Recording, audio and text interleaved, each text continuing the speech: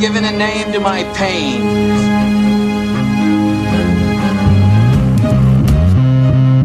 The Batman. Always waiting for some Batman to save you.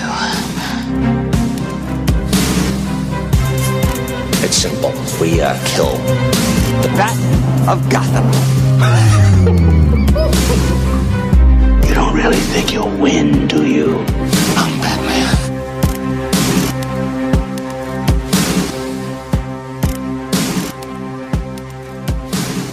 Hey now, welcome to episode 150 of the Batman on Film podcast. 150, Ryan Haas, dude. That's 150.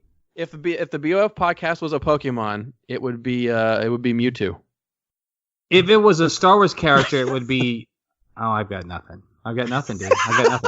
Anyway, this is Rick Shew. I'm back on the Batman on Film podcast, hosting this episode, which is kind of a quasi Star Wars satellite episode, kind of, sort of, but not really at the same time. We have a very special guest this evening, Courtney Cheek. She is awesome, guys. She is okay. Everybody knows Brian Chatlin, right? Our good friend Brian Chatlin, right? You know Brian. He does movie reviews for us, and he's been on podcasts, whatever. He set this whole thing up with Courtney's like a friend of his, and said, "Oh, I want you guys to meet. She really is interested in doing stuff on Batman on Film." And her and I talked and texted, and you guys had your correspondence, and we're like, "Come on, bring it on!" And she's fantastic, so we're really looking forward to having her on. She's Courtney Cheek. She's an actress. She's a gymnast, and she's a lifelong Disney fanatic. And she was at D23 in Anaheim, California, over the weekend. That's how you say that, Ryan, right? Anaheim? No, Anaheim, I believe. Oh, man. Dude, I'm not going to edit that, though. It's not Anaheim? No. Anaheim, California. Yeah. That's just Mesquite, Texas, trying to say. Oh, is that the way people from Mesquite talks? It says Anaheim. That's how we say it. Mesquite. Anyway, it's going to be a great conversation, and thanks to Brian for setting this up, and thanks in advance to our guest, Courtney. But before we get into the Star Wars, Marvel, Disney chat, D23 stuff with Courtney Cheek, dude, it's 150, man. We had to bring some of our boys on the show, right, to celebrate Batman on Film 150. I mean, it's not like it's the 200th, but it's still 150. That's a lot of podcasts. Yeah, every 50 episodes is a milestone of some sort. It should be. Because I know 100 was like this huge, it wasn't symbolic juggernaut. Yes, it was. 100 was our Justice League review show. Oh, just take you back in time. Boo. Boo. Good memories of Batman on Film 2017. Oh. Anyway, so this is 150. So who's with us, man? We got a few knuckleheads here. Who's on the show? Yeah, Pete Verra, are you there? I am here. I am live and direct from the East Coast. Nice. Pete Verra, live and direct from New York City. Actually, you're not from New York. I don't have to do my Pete Verra impression because you're actually here. It's nice. Today I'm not so busy, guys. I don't even know what that means. And Ryan Lauer. Where's Ryan? Hey. Hey, is that one free show per night? Can you do that again? I don't even know what this means. I'm so confused. Anyway, do you listen to the show at all, Rick? You just gave yourself away, Rick. Do I listen? If you loved BOF, you would know, Rick. You haven't listened to the show in like 87 episodes. I have disdain for No, I was just talking to... Who was I talking to today? Was it... It was me. Garret. Wasn't you? Yeah. Garret Grev, everybody. Hey, I'm here too. So, I was telling Garret I was doing some work, and I was listening to you guys in your show on the villains of the Joe Schumacher films, and it was fantastic. It was just... I got about an hour into it and had to move on or whatever. You should do, Rick, is I know you're not huge into the animated stuff, but watch the Hush movie. I will absolutely watch the Hush movie, and it's not like I don't like the animated stuff. No, there's been so much of it that's garbage, including the Killing Joke, which, hey, Lauer, where are you at? We're going to do a podcast. I'm on Team Lauer on this one. I can't wait to talk to you about that one. Yeah. But I'm just saying, like, have you read Hush? I have not read Hush, no. Okay, do yourself a favor. Well, you know what? This will be fun. Just watch the movie. Yeah, I was going to say movie first. This is a nice natural experiment. If we have a chance to have someone that is really into Batman, hasn't read the comic, watch the movie, and then we should discuss. Hot take. Well, I would read. Well, I don't know. It goes back and forth. Just depends. I would go in blind to this one. Like there's enough. Like it's different enough where I would like to hear how someone who hasn't been exposed to the original story responds to it, because I responded to it. Because all you've heard of the story, Rick, is probably like how overrated it is, or whatever. Well, that's real talk, right? Yeah, kind of. But here's the Other thing. people think that too, if it's something that's a clear adaptation of a comic, you have a certain expectation, right? If it's a filmmaker making a film, call it, I don't know, Chris Nolan's The Dark Knight Rises, and you can appreciate the fact that it's drawn from a variety of different comics, and then you can say the end result is what it is because of artistic, freedom, et cetera, et cetera.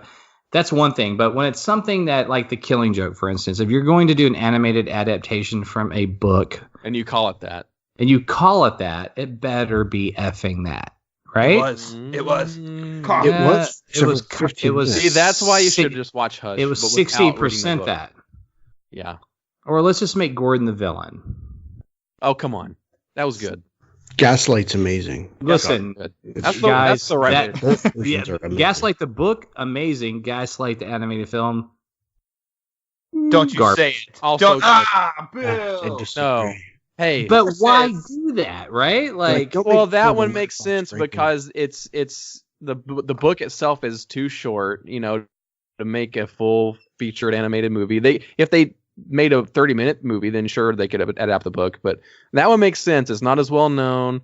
They took the opportunity to put Catwoman in it, and because Selena Kyle was not in the original book, and that was really well done. It's kind of it holds up as a second pillar, and that's why I had Brian Augustine, the writer of that story. I don't have a problem with something translating to film where there's a big change. Here's a good example of something. I'm a theater guy. It's what I majored in college, etc. One of my favorite plays is Glenn Ross. Right now, in the play. In the actual play itself, the Alec Baldwin character doesn't even exist. That's not in the show. That's not in the play. That's not in the original playwright thing, the script, not the script. The play. The play. It's not in the play.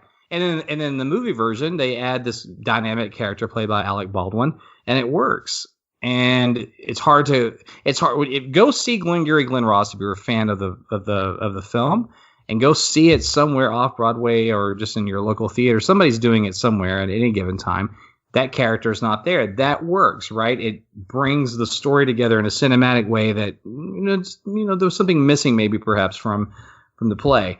That's fine. I'm good with that. And sometimes in that particular case, it has a good result. But when you start just doing all kinds of crazy shit with like, why make Gordon the bad guy? Right? Just because you introduce Catwoman in it? I don't get it. Because it's an Elseworlds tale. Because it's an Elseworlds tale. They can do different things. It's not as the concept of Gotham by Gaslight is more of a thing than like it's the concept of it is more beloved and beholden than the story itself from people, right? So those decisions made sense for that interpretation. Maybe not for Hush, and that's why we discussed that specifically. I was going to say, Rick, actually, your response to Gotham by Gaslight makes me really want you to watch the animated movie first. I think check it out. In terms of Hush? Okay, got you. I think there's sort of a hopefully.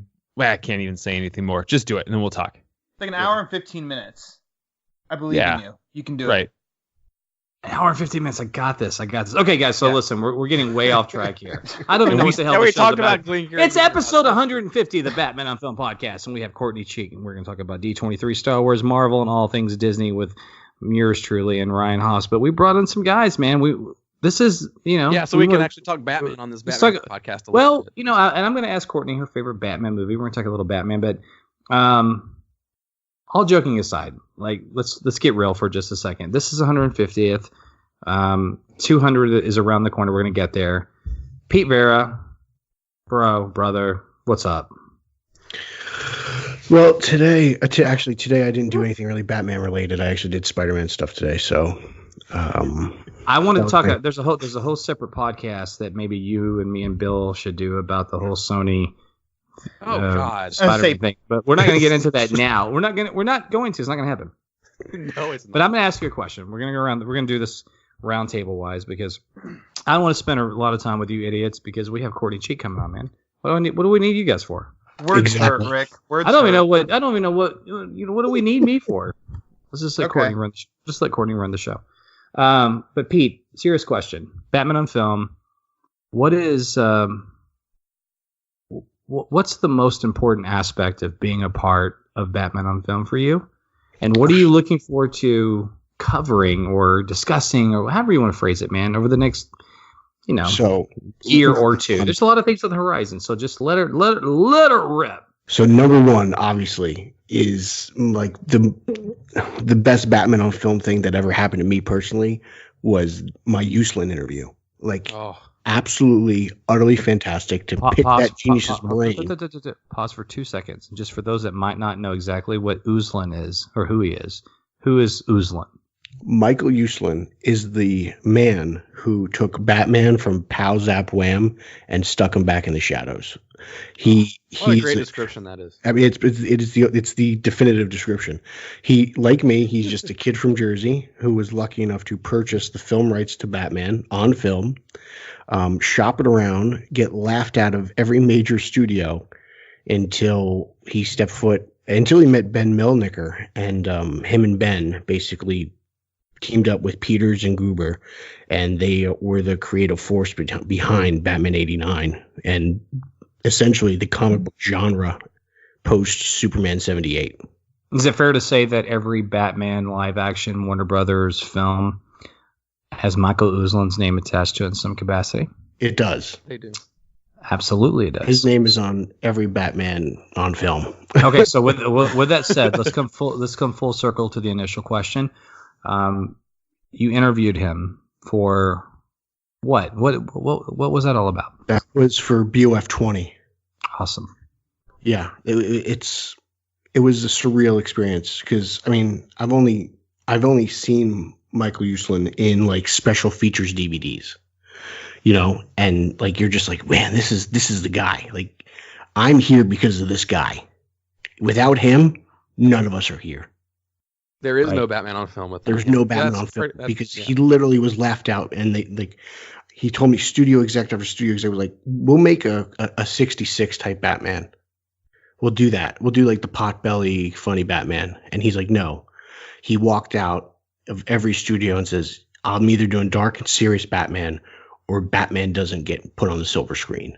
And what this is reminiscent of, man, is like Richard Donner getting hired as the director of Superman the movie and stepping in and saying, man, Superman has to be taken seriously, right? For us to believe that this person exists, he has to actually exist. We have to have has to be grounded in some like true gritty reality. And even though we look back on the Superman films as, maybe a little tongue in cheek or over the top or whatever, what made those films work was Donner's vision and grounding a character so dynamic, obviously, as Superman, right? And I feel like a lot of ways Uslan did that with the Batman, where it couldn't be the campy TV show to make it work in 1989, especially post Frank Miller stuff, right? This had to be something different.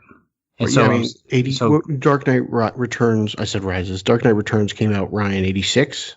Yeah, somewhere in there, 85, 86. I remember reading it in 7th grade. Yeah, so it's like right in that time frame where like everything changed. 87, yeah. I mean, 86. Yeah, I mean, Batman in media changed at that point. Comic books changed. Yes. Yeah. Absolutely. And it just, and just his belief in Tim Burton, he told me, and all these interviews are on YouTube, like they're broken up into episodes of things, and we talk Burton, we talk Nolan, we talk, Justice League, so we get into it. But yeah, you ask him a lot of really interesting questions. He believed in Burton, and he had the same reaction that we all had. Well, I didn't because I was a child, but fandom had when they heard of Keaton being cast. And it's what everyone says is Mr. Mom's Batman. But then he did his research. He watched some of Keaton's dramatic roles, and he was sold. And it just goes to show you like what a director with a vision and a passion, just teamwork in general. Everyone, it seemed like a cohesive unit, like trust where that'll take you. You interviewed a legend, dude. I've actually been lucky enough to interview several legends, because I've also interviewed Kevin Conroy from Comic-Con, Tara Strong, Lauren Lester, Gray Griffin. I mean, all amazing, and I'm not taking Tony away Todd from even. Just I know your body of work, and it's all fantastic, and I'm not taking away from any of those individuals whatsoever. I just mean Uzlan is like that we would not have. Matt Reeves is in pre-production, if you will, for his upcoming Batman solo film. We wouldn't have that movie without Uzlan.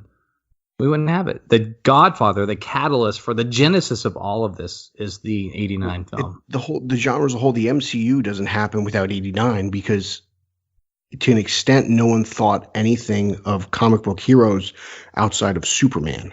So is it fair to say the two most consequential comic book films possibly in cinematic history are Superman the movie and Batman 89? Without a doubt. All right. I agree. All right, man. So what are you looking forward to the most in the next, year or two? Joker. Yes. We are less than, 2 months away. It's probably a month by now. It's closer to a month than 2. This movie is going to turn the genre upside down, because no one is going to expect this. It's not source material. It's its own thing. Hopefully it's a one-off. I know there's been kind of like a tease that like Phillips is like, if Phoenix comes back, I'll do it. But I don't think Phoenix is going to do that. He doesn't seem like that type of guy. But I'm just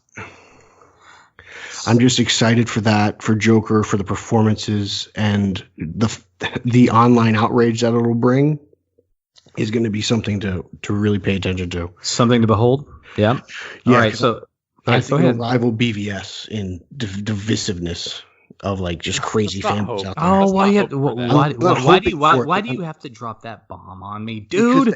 Come on. Because that's what, we're still feeling the effects of BVS. Yeah. On Twitter maybe. But conversation for another day. If you could have one message for Bill Jet Ramey, who we know is listening, what would you say to him? I would say, Bill, is the yellow oval in the Batman? That's right, baby. Is that yellow oval in the Batman? I'm kind of on board with the yellow oval, dude. Can't lie. If you are a supporter of the yellow oval, Twitter, #Team Yellow Oval, #Team TYO. Wouldn't that be awesome? We're loud and proud. The first poster for this movie is like the Batman 89 poster, but just yellow oval. I would take full responsibility for that poster. And you know what? If that happens, you should know. Pete, I'm going to come back to you if you don't mind before we exit out of here. Who's next? How about Garret? Because I'm going to go to my man Lauer last, because you and I just talked on the phone yesterday for the first time. It really was a weird moment that we haven't talked. He just said that before we recorded, and I was like, "That's weird." How's that not happening? I don't know. In fact, it wasn't until I got on the phone with him and that I've heard his voice on the podcast, because yes, I do listen. But it just hit me. I was like, we haven't actually corresponded in this fashion. And so we'll close there. Garret trolls me constantly in my life. He is like, if I don't even know how to explain it. You're like this perpetual troll in my world. I'm kidding. I love you, dude.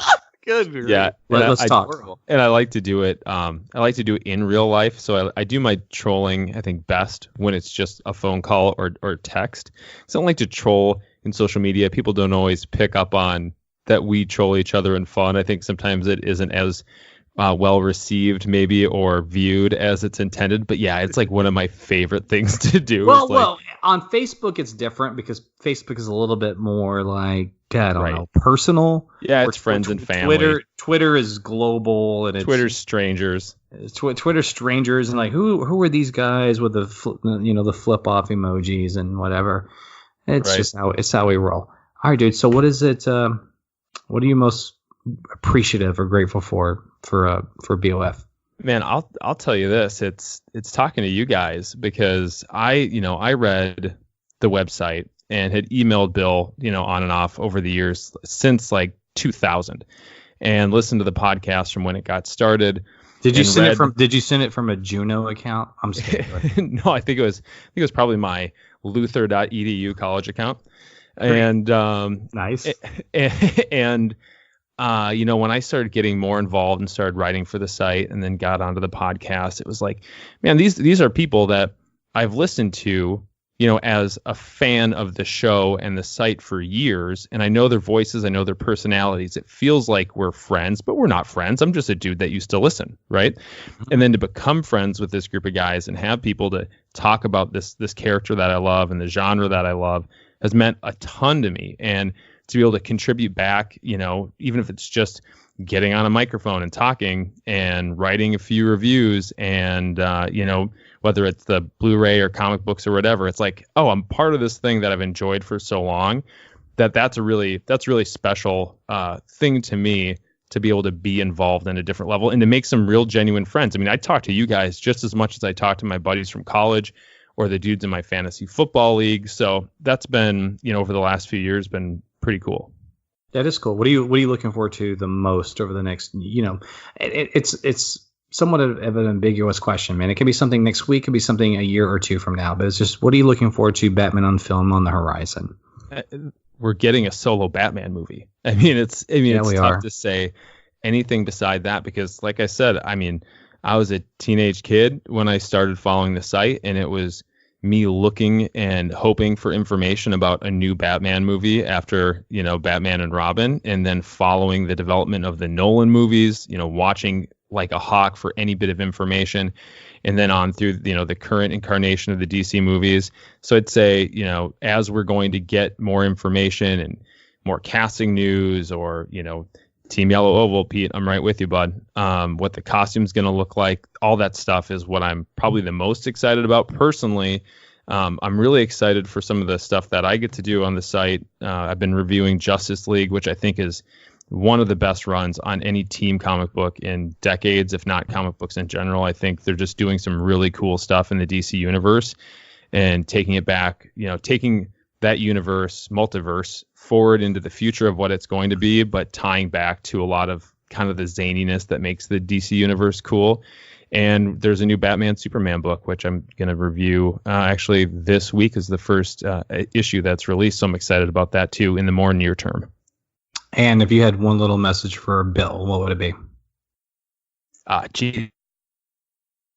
Thank you for starting the site. Thank you for always being yourself, no matter how that's received at different times. But Bill has done a great job of sticking to what his message is, and that is bang the drum, man. He is out there, and it's been clear from day one. Bill has a vision for what he thinks is best for this character, and that's what he's been advocating for. And over the years, the site has grown to include more voices and to cover more content, because people love this character, and it's been such a nice community that's been built. So my message is be thanks for doing it, and thanks for letting me be a part of it.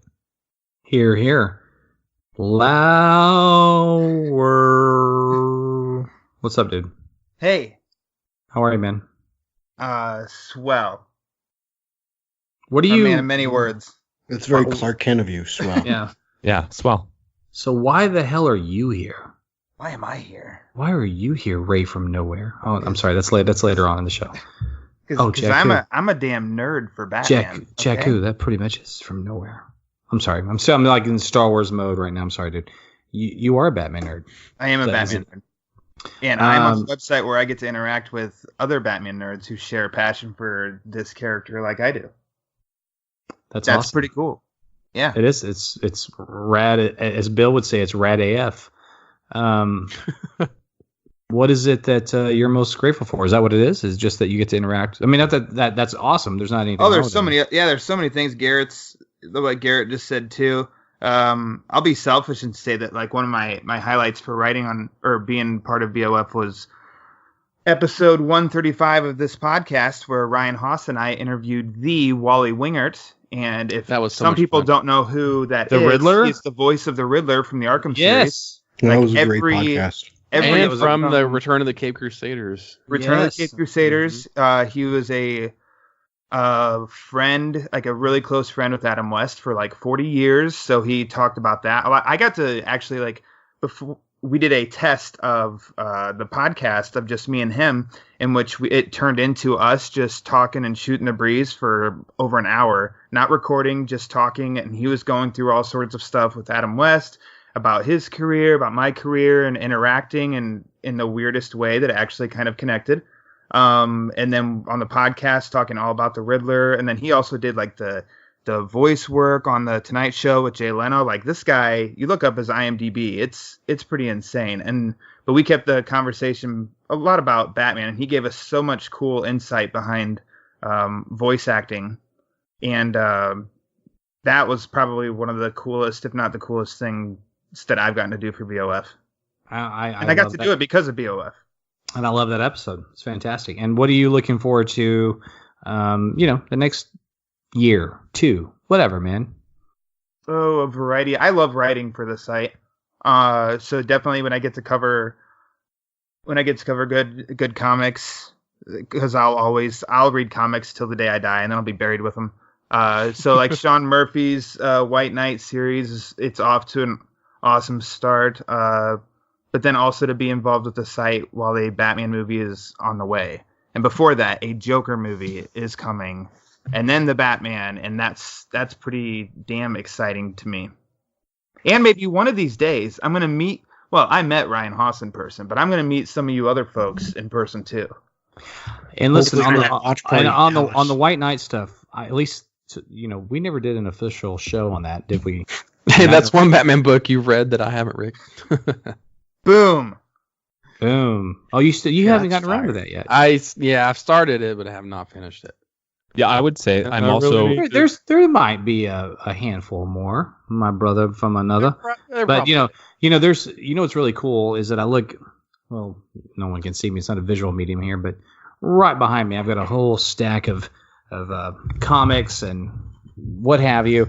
And one of my favorite things is my Nightfall collection here that my man Ryan got for me. Yeah, it's true. It's true. What a guy. What a gentleman. A true gentleman. It totally is. Lauer, I would say I'm also very excited at some point in the next, hopefully not too long, to actually meet everyone in person. So my wife can stop calling everyone my internet friends, and I'll force her to just call them my just regular friends. They really exist, okay? They are real people. Yeah. My family refers to you as the Batman people. It's a trip when you meet, I met Paul Miller a couple weeks ago. He's cool. He drove up here to meet us. I met him in Atlanta. We had drinks. Yeah, he came out to the Justice League watch party that we had here in Raleigh. And then we're good. My buddies from my other show, our fantasy football podcast, refer to everybody as my Batman boyfriends, which I think in particular they apply that to Eric because Eric mixes it up with them on Twitter. Tell Mymira, Rick, Mymira is my fiance. She's a redheaded beauty, referred to as Mymira. I say, I call them the Bat Boys. Oh, that's why? Oh my God. Yeah. I love it, man. But yeah, it's my Bat Boys, or the Dark Knights of the Round Table. I like that. Oh dear. Hilarious. When we record, I actually sit at a round poker table in my basement. Oh, we saw it. Your voice sounds good whenever we record on things that aren't Skype. So, Lauer, if you had a message for Bill, what would it be? I mean, you may have kind of said it, like you appreciate doing this. No, I think I'd probably say Doomsday looked pretty cool, though. That's great. Now, I am not the Rick Troll. Lauer is forever the Rick Troll. So I just want to say this. I was really invested and really wanted to love Batman versus Superman. I wanted to love it. Oh, me too. And I don't hate it. And there's things about it I like a lot, actually. But man, I really wanted that Doomsday to work, and I'm guilty. It is. I think it's a very strange feeling to be on the end of like, oh, I really like this movie, and I totally get the people that don't. Yeah, really me and Ryan strange feeling. Lauer love it. Like, Well, and Hey, you're talking to the dude that made a website dedicated to the Super Mario Brothers movie, so I know how that feels. loving a film, and doesn't matter how you slice it, right? There's a lot of Star Wars talk on this episode. So The Last Jedi, I love that movie, and critics love that movie, and it did great at the box office. So there is that dynamic that's a little different, but it's a divisive film, and for fans, and so you have to kind of defend that. Batman versus Superman, there's some similarities there, and in some capacity, The Dark Knight Rises has a little bit of that as well. Yeah. I think that gets arguably Rises is a little bit closer to the Last Jedi comparison, I guess. I agree. Yes. I think in terms of critics and box office, and fan reaction is 100%. Well, yeah, but but not to that extent, right? But there wasn't the. Anyway, we'll get into the trolling of Rotten Tomatoes in 2017 versus 2012. But regardless, but we're all on the same page here, man. It's all about what you love. It doesn't matter. And, I hate Batman Returns. I'll watch Batman forever. I don't know how you can hate Batman Returns. It's the definitive Elseworlds tale. And that's fine if it was actually an Elseworlds tale, but it's actually a sequel to a film that wasn't that, and that's why it's all effed up. But anyway, it's kind of Elseworldsy. I mean, there's no Joe Chill there, right? Well, that's fine. So anyway, moving on. So Ryan, we're co-hosting the show together. So why don't you and I just kind of throw in something real quick as we're wrapping this thing up? What is it you're looking forward to the most? I'm looking forward to New York Comic Con, because I'm going to go there and I'm going to meet Pete. What? That's right. That's the big news, everybody. Yeah. So great, dude. So great. Ryan House is coming to New York City. It warms my heart, man. Yeah, I'm going to. I found that flights were actually pretty cheap to do, so I'm going to get myself a press pass and fly to New York City and cover that con with Pete, and it just so happens that convention and Eric's there too. And well, yeah, of course, and that's the same. That convention is the same weekend as Joker, so that's when the Joker watch party will be as well. So book your tickets now. Yeah. Hey, only some advice: do not hang out with Eric come 2 a.m. because you will be snuggling with him in bed watching Boogie Nights. Yeah. Don't do it. Hey, man, he's been a guest in my home, and we've broken bread and drink together. And Pete, you weren't here, dude. When I listen for Wonder Woman. I'm gonna just say mine here to wrap this up. Here's my favorite thing about BOF. It's the people. And I mean that with all my heart. Like, it's this all the jossing and the trolling and all that is fun, but at the end of the day, I've made friends I can't even imagine. Pete, you and I will be talking to each other when we're 20 years from now. Ryan, I know you and I will be. It's pretty crazy. Yeah. And Garrett, you and I have become kind of closer friends. We have political differences even, and we found like common ground because it's and Lauer, here we are, we're talking. Finally, we finally did. And then even begin your journey with Justin Kowalski's not officially part of BLF anymore. He's doing his own thing, but I love Justin, and we're gonna be friends forever. He's working on my logo for my new bar.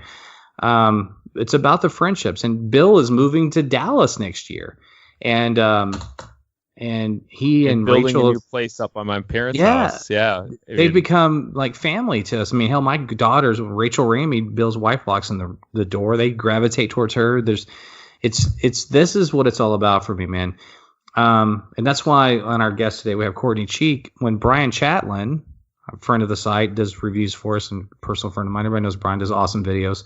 When he called and said, "Hey, this girl, a friend of mine, you should have her on," it was kind of a no-brainer. I did it because for Brian, but at the end of the day, it's like he's doing this because he knows it's going to make the site better too. It's like we're all in this together to geek out and to bring other people in that will just make this whole little machine that we're a part of bigger, better, stronger, more fun, more diverse.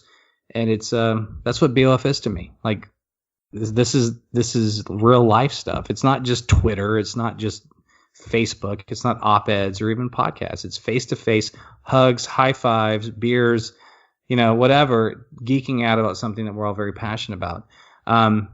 on that note, we're going to have a watch party here in Dallas for the Batman. And there's a lot of things in between here in the Batman. So let's be clear. We have the Joker. We have Birds of Prey. We have Birds of Prey. We have Wonder Woman 84. We have obviously, stuff like Star Wars and whatever.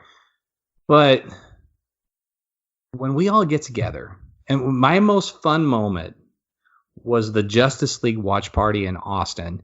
And there was something about that because you had Mance Fine that was there. You had people that I had not met before because Austin was a little bit more of a universal place to come to versus even Dallas just because it's Austin, right?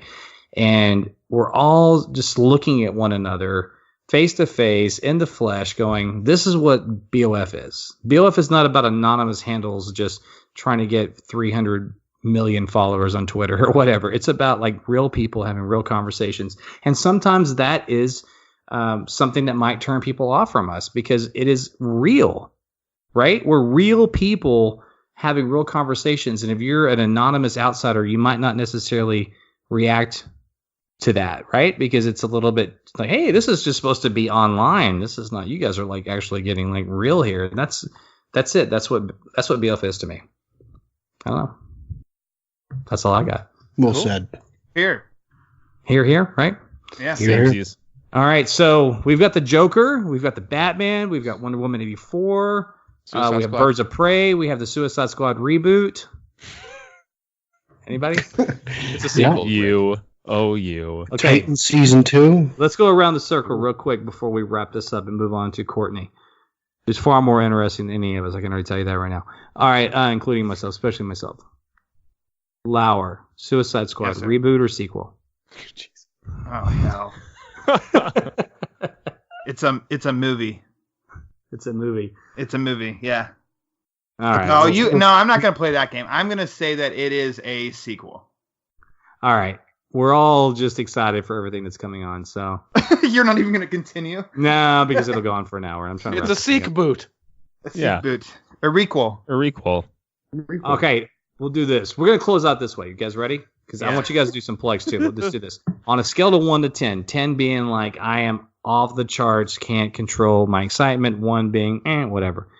The Matt Reeves, the Batman. Lauer, go. 1 to 10. 10. Pete. 10.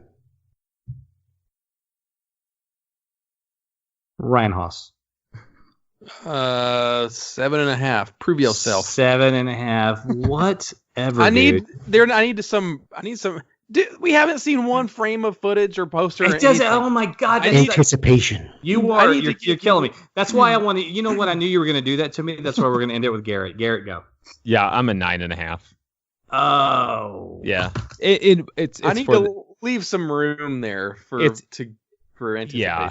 It's just excitement. It's not, whatever. I'm excited, but I'm beyond excited. I think, one of the things that I enjoy as someone who likes to go into movies like pretty unspoiled is that we don't have a ton of information yet, but it also leaves me being like, I'm excited, but like I don't want to give my whole heart away yet. You know what I mean? Just prove it a little bit to me. That's true. You're a softie. You guys know this about me. I'm the sensitive, tender one of the group. You are the sensitive, tender. All right. Let's plug something. Get the hell out of here because we have we've got Star Wars and Marvel stuff to talk to with Miss Courtney. Okay, so Garrett, let's just start with you, man. Plug Twitter, whatever you want to plug. What you got? Yeah, so if you would like to follow me, although I'm not looking for 300 million followers, 300 would be cool. I am at Garret, GarretWato, Garret Wato. The Wato stands for What Are the Odds? If you like to hear me talk about stuff that isn't comic book related, but I do get a lot of Batman references in. I've got a fantasy football podcast called What Are the Odds with my 2 best buddies that I played ball with in college. For the site, I review every issue of Justice League and now the Batman Superman comic book, and there is a new Masters of the Universe comic book coming this fall that I'm going to review for the site because I love He-Man. Wait, is it a crossover or is it just a straight up? No, it's just a straight up straight up new He-Man stories. Who's publishing that? It's from DC. So nice. DC's got the rights. They've been doing the crossover stuff with them. Last year I reviewed Injustice versus Masters of the Universe, which was awesome. So I'm looking forward to this one. Awesome. Lauer, what you got, man? Plug. Twitter handle is Lauer_Ryan. Lauer spelled like lower. And I will quote Uma Thurman's Poison Ivy on there all day. Also for BOF, Batman Curse of the White Knight, Sean Murphy. It'll be on there. Batman awesome. All right, Pete Verra, other than your like incredibly insane kick-ass interviews with Michael Uzlan, what you got, buddy? Instagram and Twitter at Pete Illustrated. Today I went to Joe's Pizza from Spider-Man 2. I ate there. That was cool. It was a lot of fun. Nice. Hashtag BOFNYCC19. Follow that for all the great information. Joker Watch Party, Ryan Haas, Eric Holzman, Fanboy Pictures. It's going to be crazy. Reviewing Detective, see you Wednesday. That's going to be posted. And I've got reviews of Swamp Thing up there for the site. Give that show a shot. That was really good. I know it's canceled, but it was a legit 10 episodes of just craziness. So give that a chance and watch that. Love it. Ryan, you want to say anything before we transition to phase 2 of this episode? I'll say this again later, but just follow me on Twitter at SMB_Ryan. And speaking of the SMB part, I personally made me and my Mario Brothers website made some internet waves this last week when we unveiled the very first deleted scene from a newly discovered work print cut of Super Mario Brothers. We found a complete alternate cut of the movie that's got 15 minutes of extra footage and deleted scenes and alternate takes, and we are going to be exploiting the hell out of that over the next few months. A little bit at a time, we're making these little miniature documentaries revealing the deleted scenes one by one to instead of just dumping out the scenes, we're providing extra context and making nice little video features. So that kind of blew up a little bit on the internet last week. A bunch of gaming websites and stuff picked it up. So if you just go to smbmovie.com, if you're at all curious about what that's about, just go to the website there at smbmovie.com and you'll see the latest YouTube video we have exploring that, because it's super nerdy but super cool. Thank you, gentlemen. We're like, this is some of the core BOF guys. Not obviously everybody. Eric's not here. There's a lot of guys and girls that aren't represented necessarily right now, but we just wanted to get together and do something. We didn't want 150 to just be about D23 and Marvel and Star Wars. We wanted to talk about Batman film. And Bill Jet Ramey, we love you, buddy. Thanks for putting this together 20 plus years ago so we can all be a part of it. And thanks everybody for supporting the show. And let's get on with the meat and potatoes of this episode, guys. Here's our discussion, our Disney D23 discussion with the great Miss Courtney Cheek. Well, hey, Courtney, welcome to the show. Hi, thanks for having me. I'm glad to be here. We're thrilled to have you, and I actually introduced you earlier at the top of the show, but do us a favor, tell our audience a little bit about yourself and, really anything you want to say, just a quick little resume rundown, and then if you don't mind, end it with letting us know what your favorite Batman movie is and why, and if you're listening and you also listen to Holy Batcast. It's a lot of pressure, Rick. I totally ripped this off from Andy, but I texted him and I got his permission to do it. He did text me back, by the way, Ryan. Oh, did he? Yeah, he gave me his blessings. Well, that's good. Holy Batcast is a Batman podcast, Courtney, that we actually are fans of, and they're good. They're awesome. They're good guys. And this is what they do with each new guest. They always ask what their favorite Batman movie is. So I'm gonna steal it. So anyway, so Courtney, who the hell are you? Why are you here? And what's your favorite Batman movie? Who the hell am I? Well, I am a working actress. I'm based in Dallas, but I have a film degree from TCU in film, television, and digital media and business. I've been a lifelong content junkie, I guess you can call it. I love film. I love TV. I love everything about it. In college, I was aware that I was able to study this kind of thing, and so I did. Ended up working on a paper that studied comic book films at Disney's acquisition of Marvel. So that's kind of how I got into the Marvel fandom, as it were. But previous to that, just loved everything Disney. Pocahontas is my all-time favorite movie, so it's deep in my blood. But yeah, and then I was a retired gymnast. I dove in college, so always been an athlete, that kind of thing. So another reason I think the comic book stuff really appeals to me. Favorite Batman movie? This might be a cop-out, but I'm rolling with it anyways. I'm going to say the Lego Batman movie.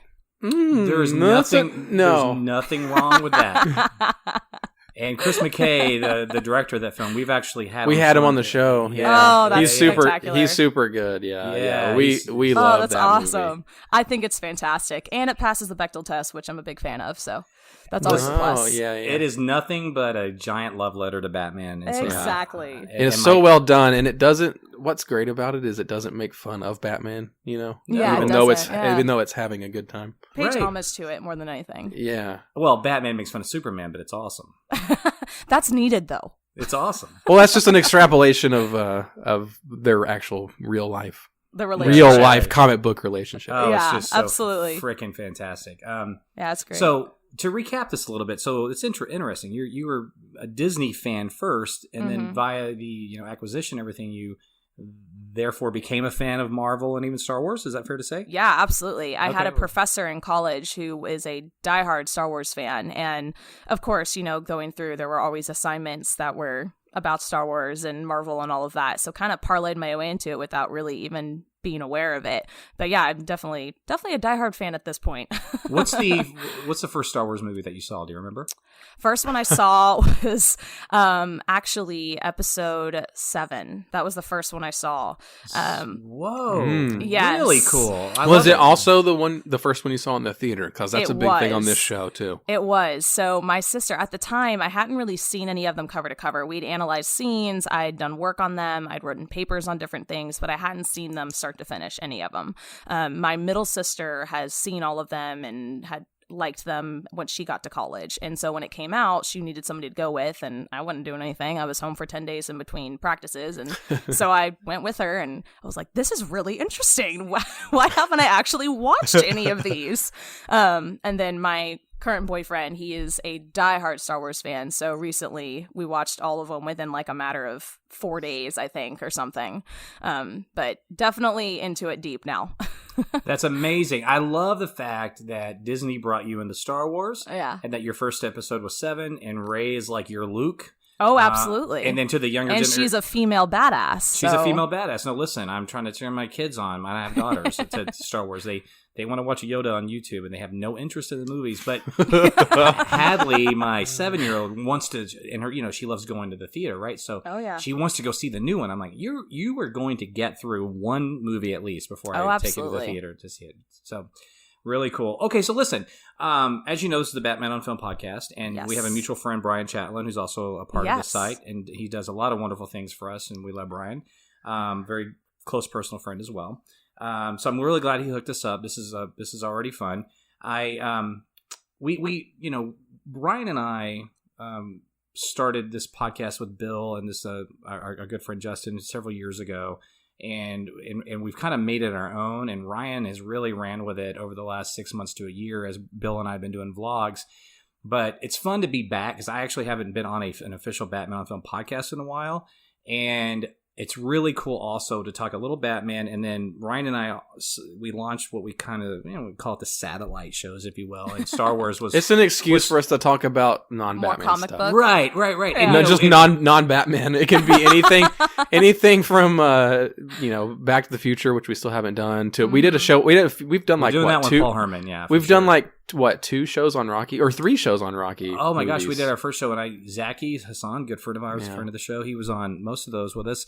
So it really, Courtney, it was one of those things where people, and I say this all the time, they're like, man, you're a Batman site, how are you doing shows on Star Wars and Rocky? I'm like, dude, Burger King sells chicken sandwiches, back off, right? That's so true. Yeah. Right, totally. And so Star Wars is something I'm almost as passionate about as Batman. Oh, that's awesome. And so even though this is technically a Star Wars satellite episode per se, because we talk about with our guys earlier in the show, we talked about our 150th episode, and you were at D23, which is we're about to get to. And so let's talk about that whole experience, but I want to put the focus mainly on Star Wars. Is that cool? Absolutely. Yeah, for sure. All right. So tell us just about your weekend. Where did you go and what did you do?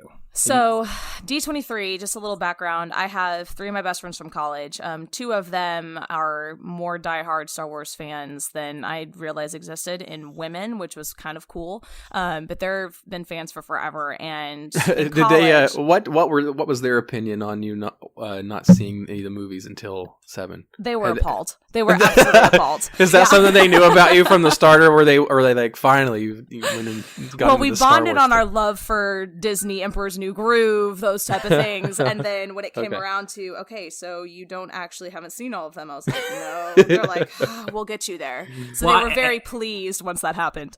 And I don't want to interrupt you any further and ruin your mojo here, but no, you're good. Did you know who like Darth Vader was? I did. Okay, yes, cool. I did. Okay. And the Luke is the father, like all that cultural stuff. Absolutely. I'm always curious to hear people's perspective on that, to see like how much do you just know because it's part of the culture versus versus like learning it from the movies. Yeah, your own personal experiences, correct? Yeah, exactly. And I think as a kid, I'm the oldest of 3 girls, so our family was very Disney princess oriented. So there wasn't as much of that stuff. We started getting into the Marvel stuff, I guess, in high school, and then I really became passionate about it in college once I got to actually study it, which was magical. But I think that's what really sparked it. And then once I realized there was this whole other realm of films that had pirates and superheroes and, Star Wars, like there's all this sort of stuff out there, I really like latched on. I identify with the Black Widows of the world, the Wonder Women of the world. So that's a big part of that. The Rays of the world, that kind of stuff. But all that to say, in college, we wanted to go. We were all too broke. We were all athletes. It wasn't going to happen. We were in season, whatever.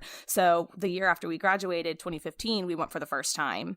We dress up all the days. We have themes. We get to everything we can. For D23. For D23. So is this the second time or the first time? This was the second time we got to go as a group, which was really fun. And this is the 10th one, correct? 10th, yeah. This was year 10 of D23, right. Okay, perfect. which was insane. Yeah. And we are actually, there was one of the lines, I was in line with somebody, she had gone to all 10.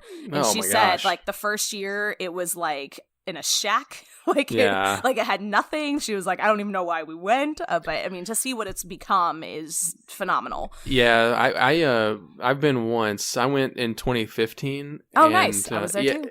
Oh, were you? Yeah. So I've only been dressed up, man. She was like, she was Rad Ray. I was Kim Possible walking around somewhere. Oh my gosh! Well, that makes sense. Hashtag Rad Ray. Exactly. Yeah, like I went in 2015, and it was like a once in a lifetime thing because like we got like the sorcerer tickets and all that craziness, and so But that was like right before Disney.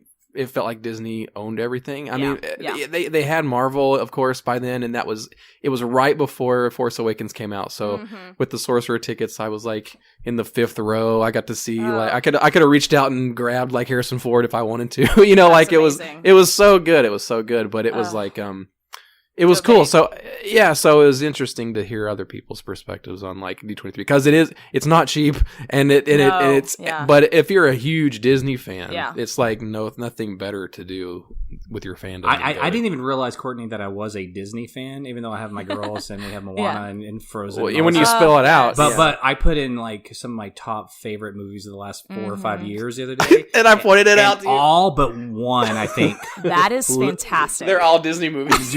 Ryan called me out on Twitter. He's like, Disney shill. I was like, what are you talking about, That's dude? I was awesome. like, oh my God, they all are. There's nothing wrong with that. Absolutely nothing wrong with that. Well, on that note, obviously Marvel's a big deal under the Disney moniker, right? So, and since this is a comic book movie oriented site, let's start there. Okay. And tell us about your Marvel experiences. What did you see? What was your highlights, etc.? So, disclaimer, I have a friend that works for Marvel. We went to college together, and he's fantastic. He's a great human. His name's Kyle. I'll leave out his last name so he doesn't get bombarded. But he was able to get us into a couple things, which otherwise we probably wouldn't have gotten. So I actually walked away with copies of Eternal posters that are signed, Black Widow posters that are signed, awesome. That kind of stuff, which was fantastic. One thing they did do, which I really thought was cool, is they had several of the visual effects artists come and do a panel on all the layers of things and how they start with concept art, and then once it gets onto green screen, and they were showing the footage of them layering all the visual effects together from this concept art to the green screen to all the layers, which was really, really cool. And it was really neat to see that side of it because you see the talent, you hear them talk, at Comic-Con and at these type of things. And it was neat to see the actual behind the scenes people doing something and how what their concept is. And I think a lot of people miss that. And as a film major, like I studied a lot of that, but a lot of people who go to these cons may not understand that. So that was a really cool part of that. In addition, they had all the wardrobe, all the costumes from all of Endgame, and then coming up through some of like WandaVision and obviously Black Widow, Thor Love and Thunder, that kind of stuff. They had a lot of that out, which was really cool. I know it's going to be stellar. It's going to be fantastic. And then they also talked about everything that they're releasing on Disney Plus, which will be really cool. So we got to see all of the cast for WandaVision. We got to see all the cast for, I'm trying to think of everything off the top of my head, getting my notes up. Eternals. Yeah. Oh yeah. They were all there. Everybody was there, which was really freaking cool. They did not bring out the cast for Black Widow because they're still in London filming. So we didn't get to see them. But we did also get to see, trying to look at my notes here, make sure I didn't miss anything. That's my Star Wars. Did you see some stuff on like Black Panther 2, She-Hulk, stuff like that? So they announced it. They announced She-Hulk, they announced Moon Knight, and they announced Miss Marvel. They didn't bring anybody out because those are still deep in development, kind of what I've heard. Hawkeye, Jeremy Renner was not there, but they announced it. One thing they did do, they brought out, so what I really loved about the entire Marvel presentation across the board from films and Disney Plus, they brought out a male and a female, and one was either a director and one was a head writer. Every time. A writer. See, now that's interesting. It was really cool. Like, so every time they brought somebody out, like they would first bring out the writer and director. One was male, one was female, and then they would bring out the cast. And that was, I really admired that just because as a female, you know, I want to see that type of representation. So that was really, really cool. With What If, they did bring out Haley Atwell. I also got to get her signed poster. That was pretty cool. Now that show's gonna be cool. I want to see all these shows. I know, that show right? sounds so cool. Yeah, it's gonna be really cool. So they brought everybody for that. And they say there's going to be one episode of that show for every Marvel Cinematic Universe movie or something. They're going to change one thing in every MCU film, and that's what they're going to spin it off of. So, and those whoever's featured, I mean, it's the voices of the people in the movies. Right? Every actor will be lending their voice to What If, which is pretty cool. And then they did bring out Falcon and Winter Soldier as well. That whole cast was there as well, which was pretty cool. And they introduced a couple new people, which was kind of fun. With Black Panther 2, it was so funny. Ryan Coogler walked out on stage and Kevin Feige was like, "Oh, so what can we tell him about Black Panther 2?" And he's just kind of standing there. And he goes, "Can we tell him the title? No. Can we tell him the villain?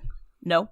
Awesome. Can we just ask him all these questions?" He says no to everything, and then he goes, "Can we tell him the release date?" He's like, "Sure." Yeah, it's like 2022. And I just want to say also, just on a side note, Ryan Coogler is such a badass. He's so freaking cool. The best. He's such a badass. So and what he did, and we aforementioned Rocky's Satellite episode. Creed. Oh my God. What he did, and God bless Sly for approving it. But to revitalize that already amazing franchise into something as beautiful as it's like one of the biggest magic tricks ever. Oh, I mean, sure. Creed is my second favorite Rocky movie. I mean, that's how great that movie is, and that's all Ryan Coogler, right? Yeah, he's phenomenal. And when he was announced, when Kevin Feige mentioned his name, he's like the only MCU film to ever be nominated for XYZ awards. Like he named all of it. That's true. So that's amazing. That's so such a big accomplishment for sure. Yeah, absolutely it is. So, the guy's but yeah, that was such a great team. So right on. So and forgive me if you specified it. There was a lot. What was your favorite moment in regarding Marvel? Your single favorite moment? Oh, you didn't. Cool. Favorite moment. I'm glad I didn't miss it. Oh, that's hard. Yeah. I will say what the most electric moment was when they announced Miss Marvel. Because that was the first new thing that they didn't announce any new features. They just announced new Disney Plus content. So when they had, because it has Carol Danvers' star as the period behind Miss. So what happened is it started with the star and it zoomed out. I mean, people lost their shit. People went crazy. Awesome. That was definitely the most electric moment. But I think seeing the entire cast of the Eternals all on stage was really freaking cool. That was pretty phenomenal to see. I love it. And I got to meet Haley Atwell, which was also pretty cool. She was sweet. That's awesome. She was nice. Good. She was so nice. Right, so incredibly nice. Don't you love when you meet a celebrity? Yes. And they actually live up to. They're actually cool. You know what I mean? Absolutely. Like on a smaller scale, I'm a big football fan and Cowboys. Oh, yeah. I just was over Easter Sunday, my family at a restaurant, and we sat right next to Emmitt Smith. And he came over to the table and introduced himself, and then he and I were talking, and it was a buffet of like prime rib and everything. He and I were standing in line together. I was like, yeah, watch you and This is like the most Rick Shew story. Yeah. I was like, I sort of got. I was like, yeah, I follow you on Instagram. I saw you and Obama and Romo were playing golf, and I was like, you know, how did Obama do? He's like, man, 44 can play some golf, but let me tell you something. Tony Romo, man, you know, and it was just, I was like, I just wanted to hug him and go, you're a legend, and you're just the sweetest dude. I freaking thank you. Thank you for being just a normal guy, right? Anyway, just wanted to share that real quick. That's always awesome. It is. It really is. Anyway, I have like 5 more, but I'm going to shut up. So, moving on. So I'm glad that was cool. Gushy was cool. All right, so let's get to the before we get into Star Wars. Ryan, you have any final questions, or Courtney, anything you want to share with Marvel related before I move on? Going once, going twice. Okay, moving on. All right, Star Wars. All right, so I cannot tell. Well, so this Star Wars stuff is like in the middle of the larger Disney Studios panel, right? Correct. So what they did is they announced. And what day is this that you're speaking of? So there were 2 different days. So they structured it differently than they have in years past, if anyone's familiar with D23. So how they did it in 2015 was there was an animation panel, which was on Friday, and then there was a live action panel, which was on Saturday. This year, they did Disney Plus content on Friday, and then all Walt Disney Company, as in feature content, on Saturday. Now, just on the Saturday, that was the biggest panel. Apparently it was full at like 1:30 a.m. the day before, but me and one of my friends just decided we were going to act like we knew what we were doing and just walked in and got in line. So that's neither here nor there. But the one before was a little bit more open. So the day that I'm speaking of specifically right now is Friday, which was Disney Plus. So this is everything they are announcing that's going to be on Disney Plus. So that was all the Marvel stuff that they announced. And then for Star Wars, there's going to be 3 series. The first one was the Star Wars it's untitled at the moment, and it takes place with the cast of Rogue One, which will be really interesting. Yes. And they were hilarious. They were like jabbing each other the whole time they were on stage. They were so funny. But that one's going to look what's awesome. His name? Forget his name. Luna. Diego. Luna Diego. Or Diego. Yeah. Diego Luna. Yeah, that dude's rad. And then they got he's going to be the focal point of that show. Yeah, correct, absolutely. Yeah. And then Casey has he's an amazing droid. Alan Tudyk. Thank you. Guy's hilarious. They were so funny. That guy is absolutely hysterical. He's like one of the biggest like geek royalty guys right now. He's like in everything. Great. Like in Doom Patrol. I don't know if I don't think you watched it, Rick, but like the Doom Patrol show. Oh my gosh. He's like the villain in that series. He's Mr. Nobody. He's so good. And he's going to be the voice of the Joker in the Harley Quinn animated series that comes out later this year. Oh, that's right.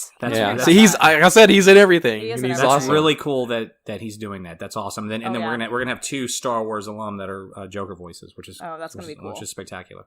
That's true, right? Thank you. So that is currently titled. It's the untitled Cassian Andor series. That's what they're calling it right now. So there's not a title to it, and they were joking back and forth on Rogue whose name. -1. Yeah, exactly. It goes to the heart also of how great that film was and how successful it is, or is whatever. That is my favorite Star Wars film, hands down. Well, Rogue One is kick ass. Okay, now here's one of the things I also love about Star Wars is that it kind of reinvents itself for new generations, right?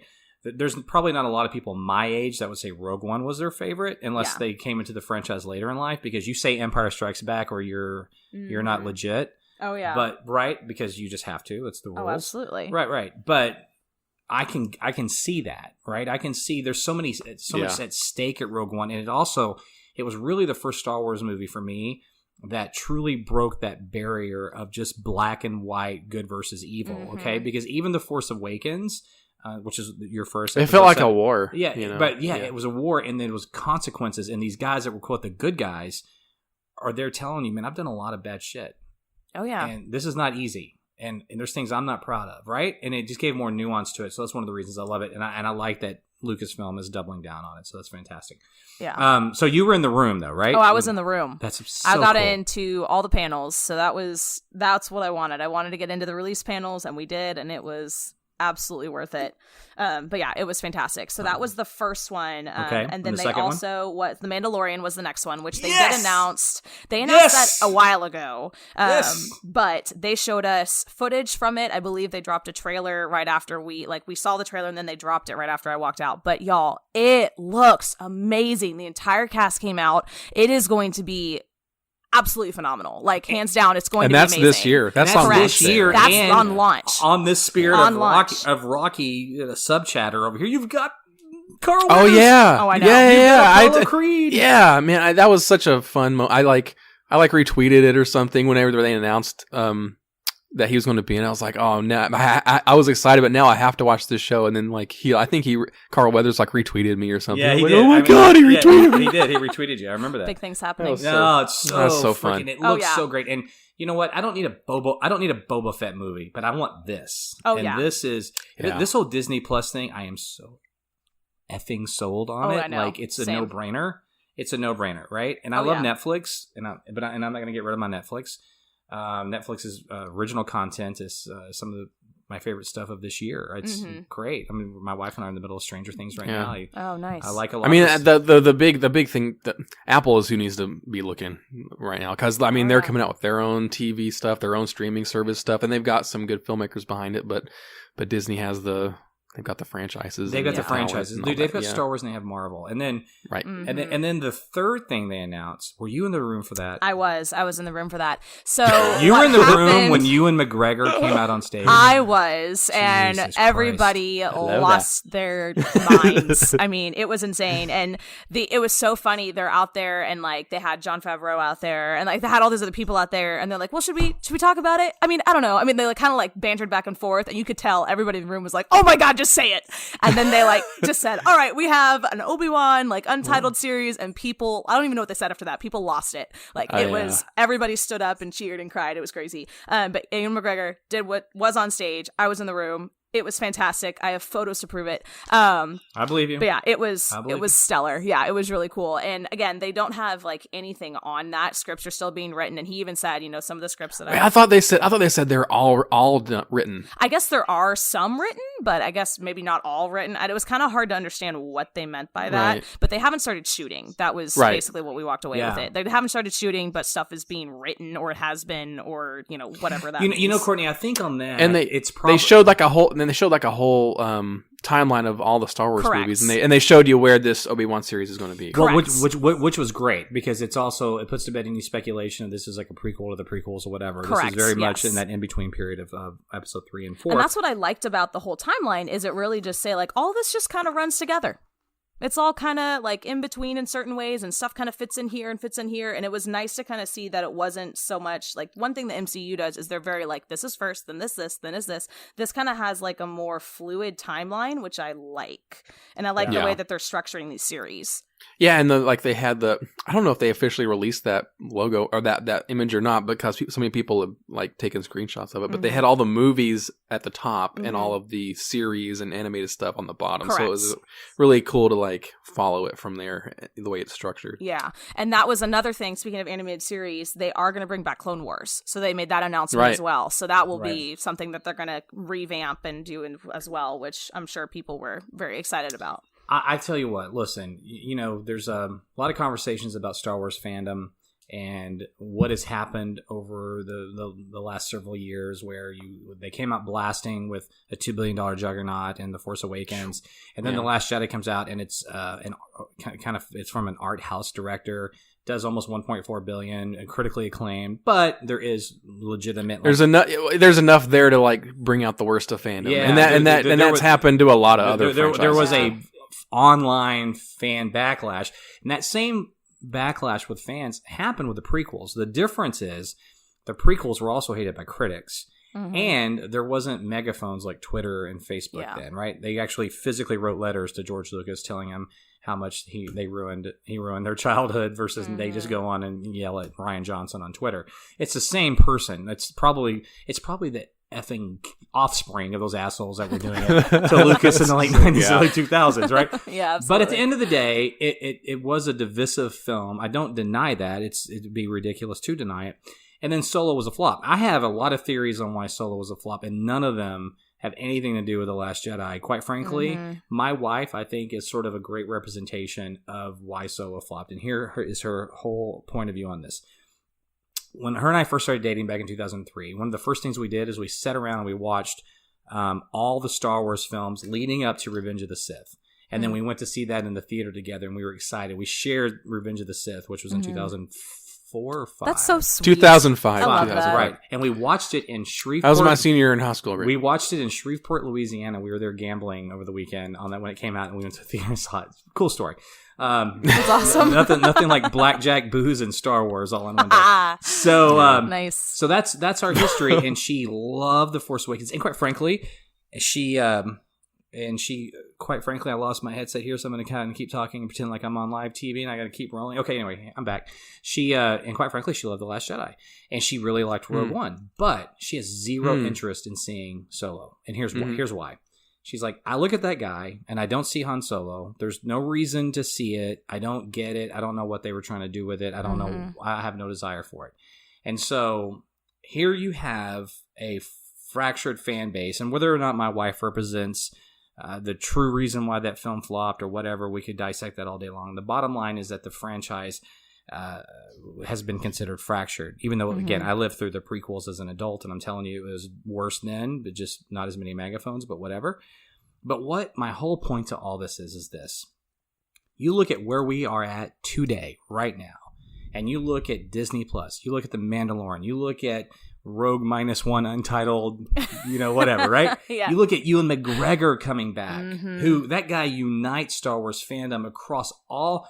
Because here's the thing with him is that I have a lot of people, especially my age, they hate the prequels. They hate them. They think they're garbage, right? Yeah. I disagree. But none of them will tell you that Ewan McGregor sucked.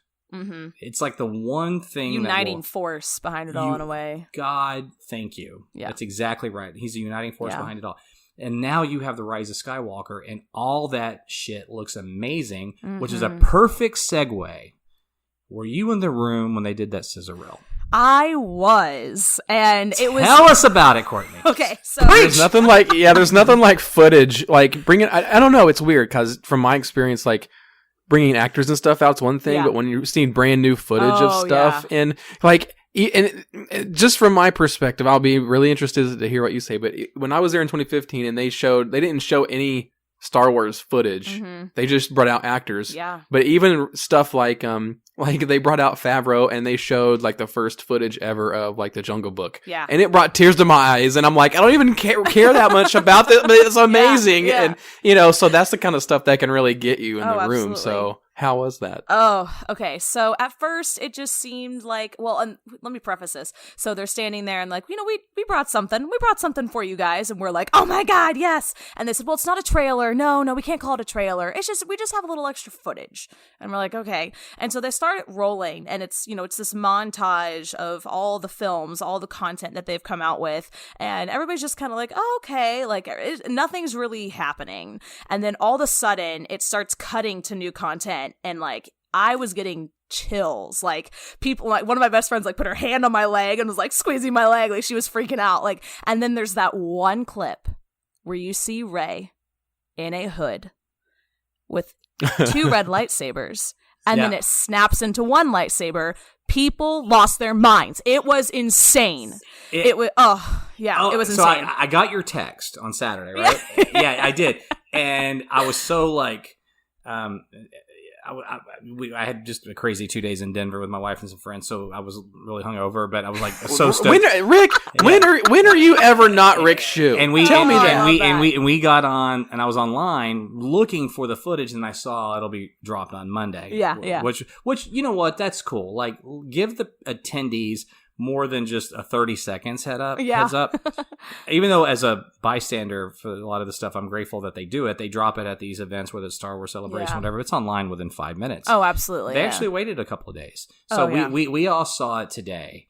And I'll just say to you, as someone that was there, in your description is how I felt as a lifelong fan of this. And listen, I've seen a lot of fan-made stuff over the years where they slice footage together from previous films, so that's nothing new. But to see it officially from Lucasfilm, I know, that's actually leading into the advertisement of the final Skywalker episodic movie. Yeah, there's more heft to it. Oh, There's more heft to it. Weight right. To it. Even though some online stuff that'll really tug at your heartstrings. Oh yeah, right? yeah. There's been some stuff recently even. Right. Yeah. But this was just amazing, and I love how, as opposed to going through the actual timeline of Star Wars, they do it as the films were released. So you have the original trilogy, then a little bit of Force Awakens stuff kicked in there, and then it goes back to the prequels and shows Anakin and Padme and etc.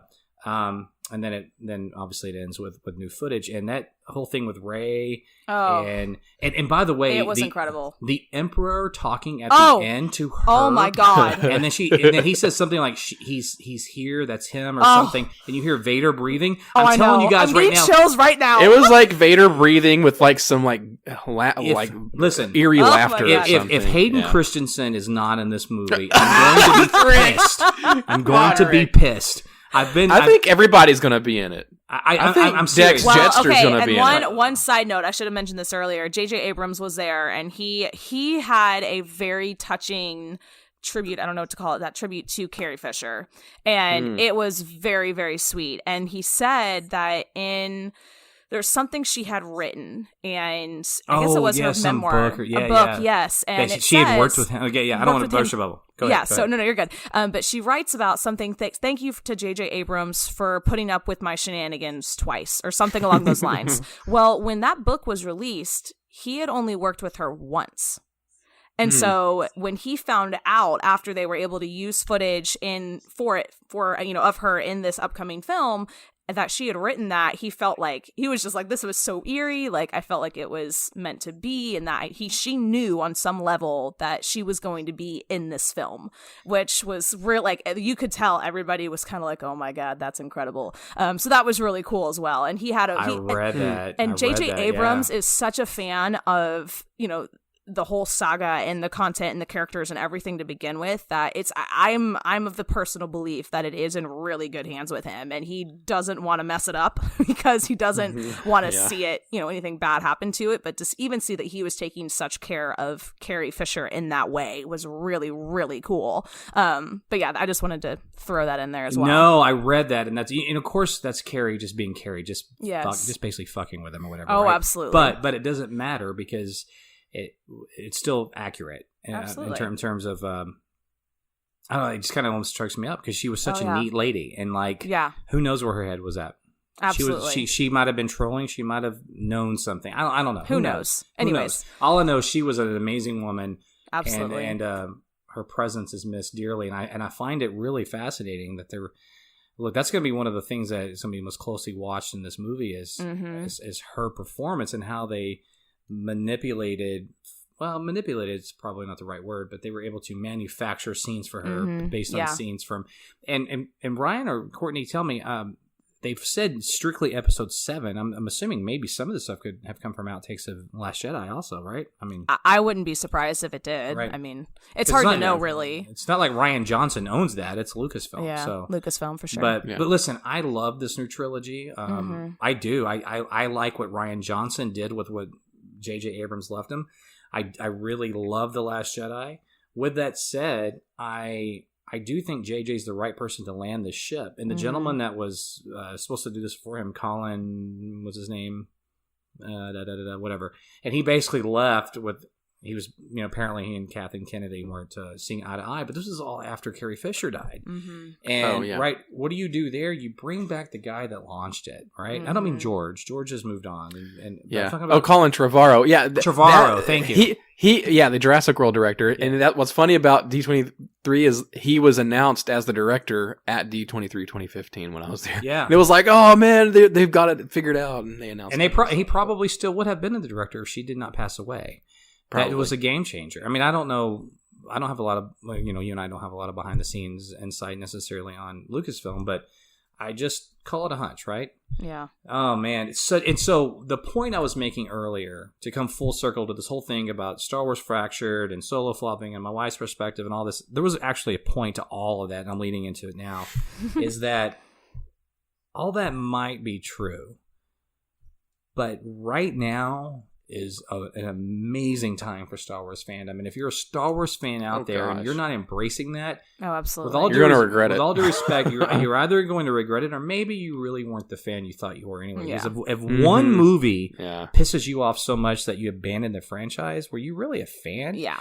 Because I'll tell you what, guys, I was 25 years old. How old was Ask any Batman fan. Like, we've been through a lot. Oh my God! Don't even get into Batman stuff. Jesus Christ! But stuff with Star Wars, I actually like the Phantom Menace now. I enjoy it for what it is, and there's a lot of things about it I love. But it took me a hot minute to get there. When I saw that in the theater as a guy in his 20s, and I was out of college already and everything, I was pissed. I was like, this is a Star Wars movie with fart jokes and Jar Jar and little Anakin kitty shenanigans and what the F is this? When you saw Batman Returns, you were also but that was a different kind of visceral anger. It was like I was like, what happened to the universe Tim Burton created? I guess in a sense, it was kind of the same. See, but I wanted to throw my frickin' shoe through the theater screen. I wanted to burn the place down. Nobody in it, of course. So I get that kind of visceral reaction, but I didn't let it ruin Star Wars for me. And I remember going to see Attack of the Clones, which was episode 2, and I remember sitting in there, and I felt relieved. I was like, I think it's one of the reasons I think that movie's very underappreciated as a Star Wars film. I love Attack of the Clones, is that it brought me back. Yeah. It really was the movie that I felt like brought me out of my funk of The Phantom Menace, but I never abandoned the franchise, and I grew to love it, and I think a lot of people grew to love The Last Jedi. But the bottom line is this. Regardless of all that, right now is a great time to be a Star Wars fan. You have the Rise of Skywalker that looks amazing. Mm-hmm. You have the Mandalorian. You have just all that. You have Ewan McGregor coming back. Oh yeah, Clone Wars are coming back. Mm-hmm. Well, and I just think in general, like awesome. The fact that Disney's launching their own streaming service, they're gonna have to fill it. And there's a demand for content that is fueled by these fandoms. So they're going to want to fuel it with that. They're not going to want to just create something maybe that people don't jive with. They're going to want something that they know is, to look at a business term, a cash cow. And Star Wars is that. I mean, people spend hundreds of thousands of dollars on Star Wars memorabilia. I mean, the stuff coming out of these Dream Disney stores, which that's one thing I have not gotten into. I'm too poor for that. But like the boxes of toys and action figures and, whatever else. I mean, it was insane. And people will spend hundreds of thousands of dollars on that stuff. So like they're looking to invest in things that people appreciate and love and desire and they connect with. And Star Wars is one of those things. It reaches across generations and it unites people in a way. And I think they're smart in investing in that. And I think The Mandalorian is going to be our first look at that in terms of the streaming content. And I think it's going to surprise a lot of people. Yeah, absolutely. I think it is too. Whoa, awesome stuff. All right, Courtney. Yes. We're going to wrap this up with you. And I just want to say thank you so much. But do you have any final words on your experience at D23? I don't care what it is. It can be anything at all. One other thing they did have that was Star Wars related. I don't know if I sent you this video, Rick. If not, I can. They had a bunch of costumes, wardrobes set up from each individual movie, covering every episode, which I thought was really unique and cool. So they had all those lined up and they played the movies on a loop on a screen above it, which I thought was really neat. And it doesn't matter what time of day you were walking by on the convention floor, there were at least 10 or 15 people just standing there like watching it, which I thought was kind of cool. Like it was never really empty. There was always somebody there, which I thought was really unique. But I love D23. I've enjoyed it. It's exhausting, but it's also really fun. Sure, I bet. It's really fun. And if anybody's ever thought about doing it, highly recommend it. But we did get to walk out with a copy of the brand new poster, which was phenomenal. So I need to go get that framed. But yeah, it was wonderful. And if there's anything else D23 related anybody wants to know about, let me know. I got all the info for you. And we're gonna segue to some plugs on that. I'll just say one quick thing on the poster. That poster is awesome. It's also just sort of a teaser poster for all you guys out there listening. That's not, they're gonna have poster, it's not the final. And by the way, I tweeted this. A lot of people say, it looks fake. It looks like a cartoon. I'm like, why don't you look at 95% of the Star Wars posters? Thank you very much. It's just a Star Wars poster. Yeah, absolutely. Goodness gracious. Okay, Ryan, you have any last questions before we head out? Oh man, I'm just enjoyed hearing all the D23 stuff because the thing to remember is like it's one thing for the content, but it's another thing to like hear somebody that was actually there, because the experience is completely different just to be in the room sometimes. You know, we hear that with San Diego Comic-Con and Hall H stuff, and DC fans didn't really get that this year because Warner Brothers kind of skipped Hall H. So and of course that's Batman and Warner Brothers isn't really a part of D23, but you know, it's D23 is really cool, and it's, you know, the more Disney does, I think it's always it's probably one of the most exciting times there has been for Disney content. So totally agree. It's great to hear about and it. if you haven't been to Galaxy's Edge, I did get to go to that, and that gosh. It's incredible. I mean, the amount saving of detail. my pennies to go to there. I need to. I want to take my kids there for sure. Our pal John Beerley was one of the first people that got to go there. I saw that. Good for him. Yeah. That's so cool. Yeah. But it's worth it if you haven't been, and it's very cool. Very, very cool. That's so cool. Okay, Courtney, where can we find you on Twitter? Twitter is at Courtney Cheek. Instagram is at Courtney Elizabeth Cheek. But yeah, that's where you can find me. Well, we are so thrilled that you came on, and will you please come back and do some stuff for us? And... Oh my gosh, thank you so much for having me. I would love to come back anytime. Absolutely. Cool. Well, that's great to know. So we will talk to you soon. And all you guys that are listening out there, like we said at the top of the show, this is our 150th episode. We appreciate it very much. We are going to plan something big for episode 200. We promise, Ryan. We promise, right? yeah. 3 years from now. No. We're going to get there quick because I'm coming back on the Fold On podcast, so we're not putting it all on Ryan's shoulders. No. There's a lot of content coming up for Batman on Film. Bill and I are going to be doing a vlog on Thursday. And by the way, we are recording this on Monday, the 26th of August, 2019. But anyway, so this past weekend obviously was D23. Ryan and I will be guests tomorrow night on the Fanboy Garage. We're going to talk all things Star Wars there. Mm-hmm. As far as Batman on Film, follow me on Twitter at ShewRick. Ryan, what's your Twitter address? Follow me on Twitter at SMB_Ryan. And of course, the Batman Podcast Network at BatPod Network. And follow us on Instagram, and Ryan runs that site. Obviously, follow... Yep, just Batman on Film on Instagram. There you go. Follow Bill on Twitter, which is really at Batman on Film, which is really Bill, because Batman on Film is all of us, even though Bill is Batman on Film. Go to our Facebook page. And listen, if you're on Facebook and you're a cool, and you're not what we call at Batman on Film a fanboy, and you're just a cool person that likes these films. Wow, did that just happen? Yeah, it totally did. And you're just like you're a cool geek, right? You're not a. I'm not on this page, right? No. You go to our private Facebook page, hit us up, because that's a lot of fun. We're putting more content up on that than we even really are on the traditional Facebook page. So just follow us everywhere, and we are also on Patreon, so if you want to contribute and throw us some love, because this stuff's not free, we would also appreciate that very much. And again, thank you all, and just want to close it out with our war cry, right? Because Courtney, I should have preset this up. Oh well, it's all right. We'll do this next time. Courtney, just so you know, you're on notice. Next time, my friend, we're going to ask you to do this part for us. Okay. So thanks for listening, and always remember that Batman on Film is the definitive. Oh my God, you messed it up. Go Ryan. It's the original. No, it's authoritative. It's authoritative. It's definitive. Definitive. And it's the dadgum original. It's the authoritative, the definitive. And we're the dadgum original. We'll catch you next time, and announcer Rachel's going to take us out.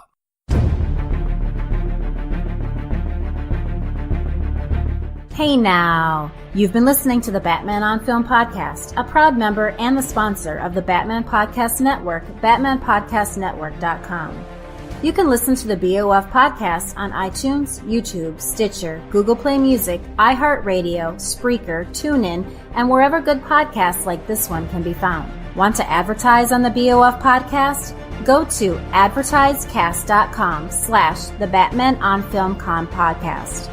Follow Jet on Twitter at Batman on Film and on BOF's Facebook fan page at facebook.com/jet.batmanonfilm. Email Jet via jet@batman-on-film.com. I'm announcer Rachel. Thanks for listening.